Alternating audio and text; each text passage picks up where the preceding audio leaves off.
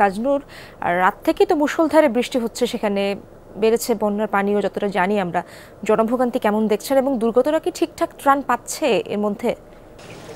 দেখুন, বৃষ্টি রাতভর যেমন হয়েছে সেই বৃষ্টির প্রবণতা খানিক কমেছে সকালবেলাতে, অর্থাৎ এই মুহূর্তে যখন আপনার সঙ্গে আমি কথা বলছি ঠিক সেই সময় আসলে বৃষ্টিপাতের যে মাত্রা সেই মাত্রাটি অনেকখানি কমে গিয়েছে। আসলে বৃষ্টি যখন বাড়ে তখন কিন্তু বৃষ্টির সাথে সাথে চিন্তার পারদও বাড়তে থাকে, অর্থাৎ এই যে এলাকায় যারা রয়েছেন এই বন্যা কবলিত লক্ষ্মীপুরে, তারা কিন্তু বেশ দুশ্চিন্তায় পড়ে যান যখন কিনা বৃষ্টি শুরু হয়। কিন্তু ব্যাপারটি হচ্ছে যে ফেরি থেকে যখন এই পানিগুলো নামছে নোয়াখালী দিয়ে, তখন কিন্তু স্বাভাবিকভাবেই লক্ষ্মীপুরের যেই ভূমি কিংবা লক্ষ্মীপুরের যে বিস্তীর্ণ অঞ্চল সেখানে কিন্তু পানির মাত্রা বাড়ছে। আমরা একটু ভেতরের দিকে যাওয়ার উদ্দেশ্যে রওনা করেছি এবং ঠিক সকালবেলাতে আমরা সদর উপজেলার একটি বাজারে রয়েছে, জকসেন উত্তর বাজার এই জায়গাটির নাম।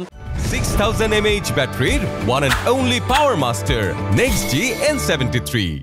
এখানে মূল সড়কটি বাদ দিলে ঠিক ডান পাশে এবং বাম পাশে যে ঘরবাড়িগুলো রয়েছে সেগুলো কিন্তু একেবারে ডুবে রয়েছে, যার ফলে কিন্তু এই এলাকার মানুষ যারা তারা ভীষণ রকম দুর্বিষহ জীবনযাপন করছেন এবং যেভাবে পারছেন আশপাশের উঁচু ভবন যেগুলো সেগুলোকেই তারা আসলে আশ্রয় কেন্দ্র বানিয়ে নিয়েছেন। যে বিভিন্ন স্কুল রয়েছে, বিভিন্ন রকম মাদ্রাসা কিংবা মসজিদ, যে যেখানে পেরেছেন সেখানে কিন্তু নিরাপদ আশ্রয় নিয়েছেন। আর সবশেষ যে বিষয়টি আপনি বলছিলেন যে সবার কাছে সহায়তা পৌঁছাচ্ছে কিনা কিংবা তারা পর্যাপ্ত সহায়তা পাচ্ছেন কিনা, সেই প্রশ্নের উত্তরে এখনও আসলে সেইভাবে করে বলার সুযোগ নেই, যেহেতু একেবারে প্রত্যন্ত এলাকা যেগুলো সেগুলোতে পৌঁছানো অনেকখানি কঠিন হয়ে পড়ছে, কেননা পানির এত বেশি মাত্রা এবং পানির অনেক বেশি স্রোত রয়েছে লক্ষ্মীপুরে। এটি সবচেয়ে ভয়ানক বিষয়, যেহেতু এটি একেবারে ভাটির অঞ্চল এবং এখান থেকে মেঘনা নদী হয়ে পানি যাচ্ছে বঙ্গোপসাগরের দিকে। সুতরাং যেই সমস্ত এলাকায় একটু নিচু এলাকা সেখানে কিন্তু পানির প্রচণ্ড রকমের স্রোত রয়েছে, সব মিলিয়ে সেখানে পৌঁছানো অনেক বেশি কঠিন হয়ে পড়ছে। সব মিলিয়ে এই যে 10 লাখ মানুষ এই জেলাতে, লক্ষ্মীপুর জেলাতে যে পানিবন্দী, তারা কিন্তু ভীষণ রকম মানবেতর জীবনযাপন করছেন এবং